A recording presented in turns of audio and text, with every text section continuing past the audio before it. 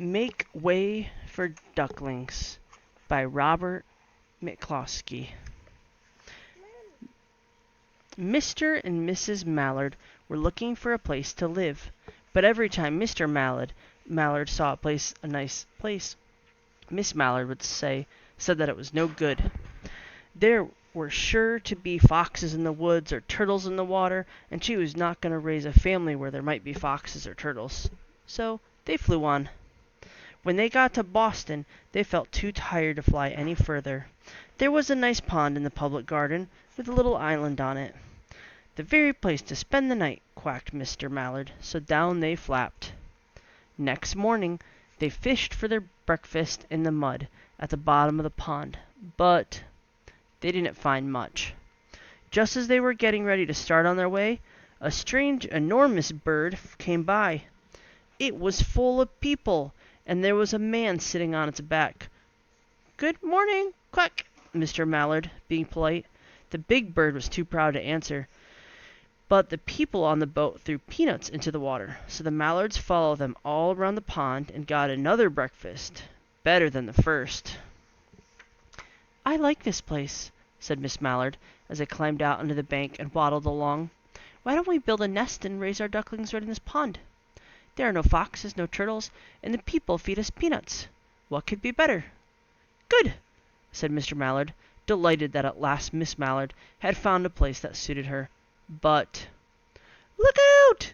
squawked Miss Mallard, all of a dither. "You'll get run over."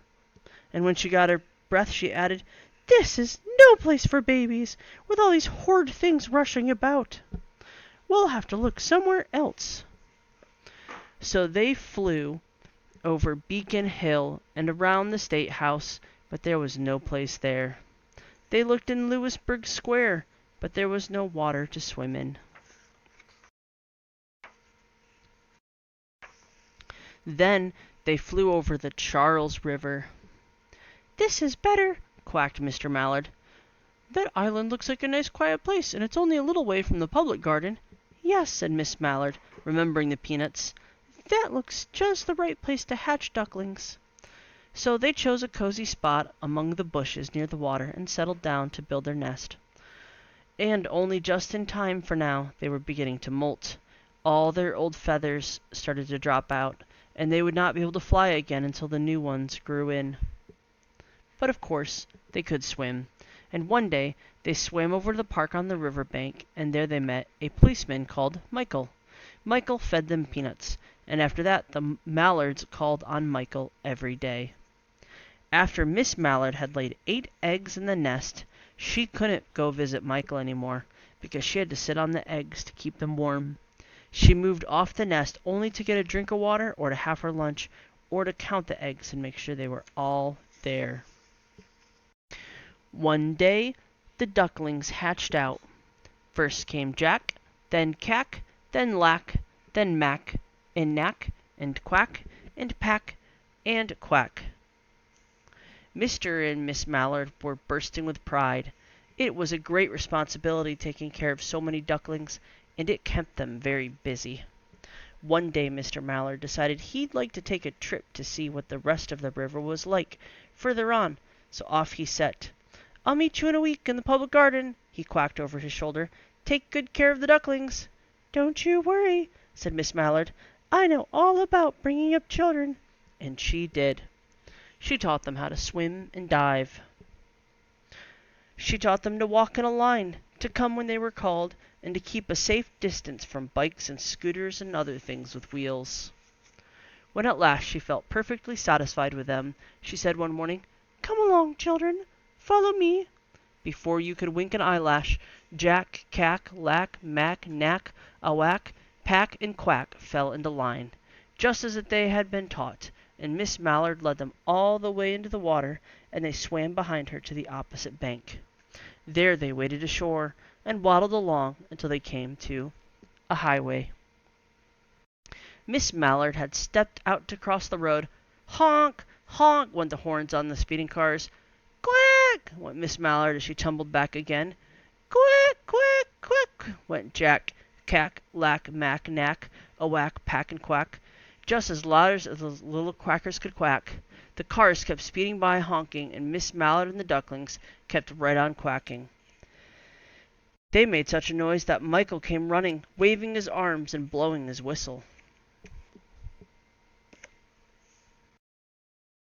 He planted himself in the center of the road, raised one hand to stop the traffic, and then beckoned with the other, the way policemen do, for Miss Mallard to cross over. As soon as Miss Mallard and the Ducklings were safe on the other side, down Mount Vernon Street, Michael rushed back to his police booth. He called Clancy at headquarters and said, "There's a family of ducks walking down the street." Clancy said, "Family of what?" "Ducks!" yelled Michael. "Send a police car, quick!" Meanwhile, Miss Mallard had reached the corner bookshop and turned into Charles Street with Jack, Cack, Lack, Mack, Knack, Awack, Pack, and Quack all marching in line behind her. Everyone stared. An old lady from Beacon Hill said, "Isn't it amazing?" And the man who swept the street said, "Well, now, ain't that nice?" When Miss Mallard heard them, she was so proud. She tipped her nose in the air and walked along with an extra swing in her waddle. When they came to the corner of Beacon Street, there was the police car with 4 policemen that Clancy had sent from health headquarters. The policemen held back the traffic so Miss Mallard and the Ducklings could march across the street, right on into the public garden.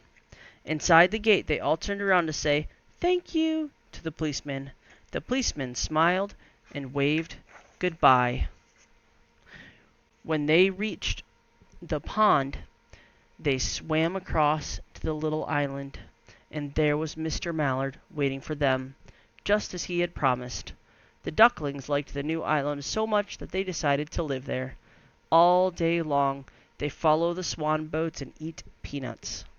And when the night falls, they swim to their little island and go to sleep. The end.